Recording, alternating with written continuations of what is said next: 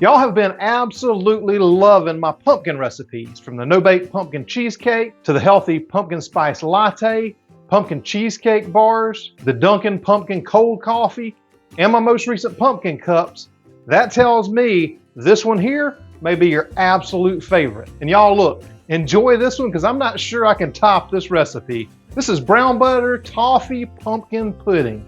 And I'm telling you right now, it is unique, super easy, and probably the most delicious pumpkin recipe I've ever come up with. So today we're going to do a Southern keto take on a dessert you've probably never heard of because I made it up. Let's get into it right after this.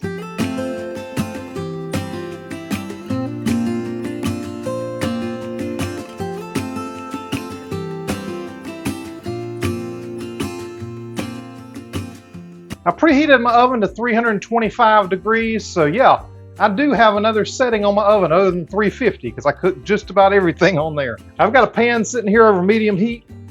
I'm going to throw in a stick of butter, or 8 tablespoons, 4 ounces, 113 grams, half a cup, however you want to measure it. I'm going to cook this down for about 5 minutes so it gets nice and melty and golden brown and smells a little bit nutty, kind of like I am. Well, I don't smell nutty, just am. You'll start seeing it looking like this. You'll get little brown bits in there where the milk fat browns up. Once you smell that nutty smell, you're almost done. Look how brown and nice that's getting down in there. That's what's going to give this pudding its toffee taste. Once it's browned about like this, take it off the heat. I'm going to let it sit for about 5 minutes while I work on the next part. So to Old Yeller, because no great dessert is made without Old Yeller, I'm adding in a cup or half a can of this pumpkin. And make sure when you get pumpkin, even though this one says pie filling, it's 100% pumpkin. The only ingredient on there should be pumpkin. That's what makes this a healthier version of the original. If you see pumpkin pie filling in the store, 9 times out of 10, it's got a ton of sugar in it. This is only 15 ounces. I'm taking half of this can. You can double this recipe if you want to also. And if you like a little bit more pumpkin than that, add a little more pumpkin. You ain't gonna hurt my feelings. And then what are you going to do with the rest of the can? Well, I'm just going to pop the top on it. These little silicone tops come in handy. I'll put links to these down below in the description so you can see where to pick them up. And I'll just throw this in the fridge till I need it for later. I'm going to go in with half a cup of my powdered sweetener blend that I make. Or just use your favorite powdered low-carb sweetener. The point of this is to get rid of sugar, so there we go. I always get asked for a good alternative to this if you don't want to make it yourself. This is about half the price of buying Splenda Magic Baker. And no, do not get regular Splenda. Splenda is a brand. The one in the yellow bag is about 98% maltodextrin and 2% sucralose. Sucralose is terrible for your gut. Maltodextrin is worse for your blood sugar than sugar is, so stay away from that. Magic Baker is erythritol, allulose, and stevia.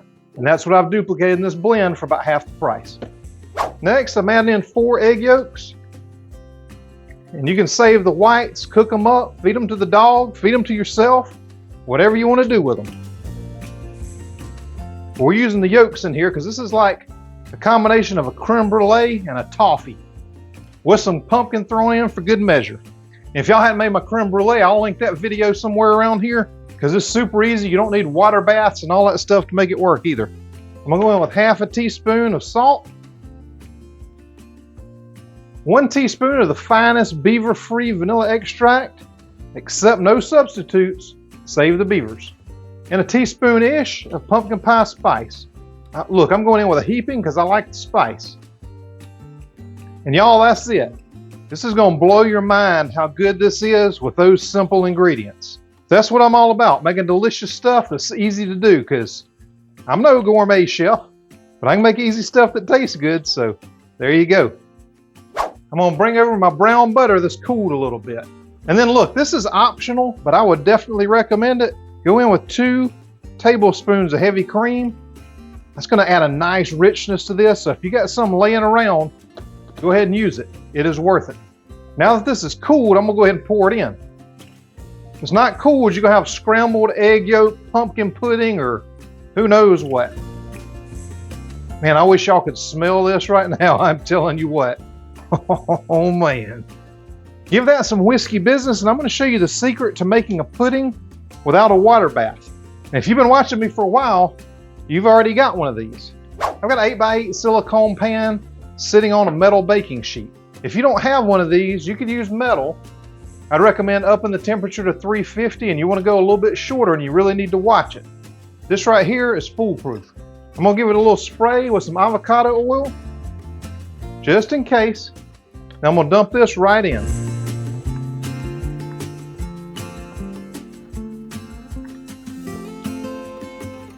Before you dump it all in, it'd be the time to taste it. See if you want to add any more spice, any more sweetness, whatever the case may be. The silicone is very, very insulating, so it kind of works like a water bath without having to have a water bath. So I'm just going to smooth this down, get it as flat as I can. I'm going in that 325-degree oven for about 40 minutes. Once it's done, I'll show you what it looks like. So it's been 40 minutes here. It should be slightly brown around the edges like that.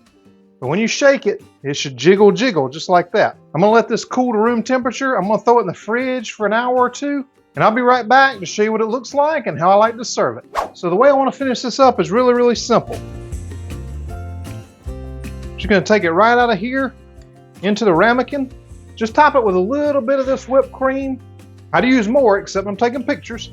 And I'm gonna hit it with a little bit of this organic pancake syrup.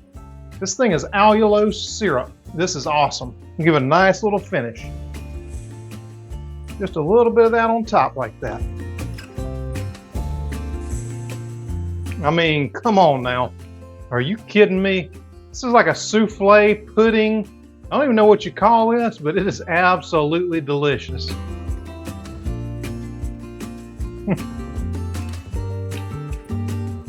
This right here is the good stuff. If you love fall recipes, you love pumpkin stuff, you love casseroles, make sure you check out this playlist right up here. It's got a ton of my fall favorites that I think you'll absolutely love. Pumpkin on, and I'll see you in the next video.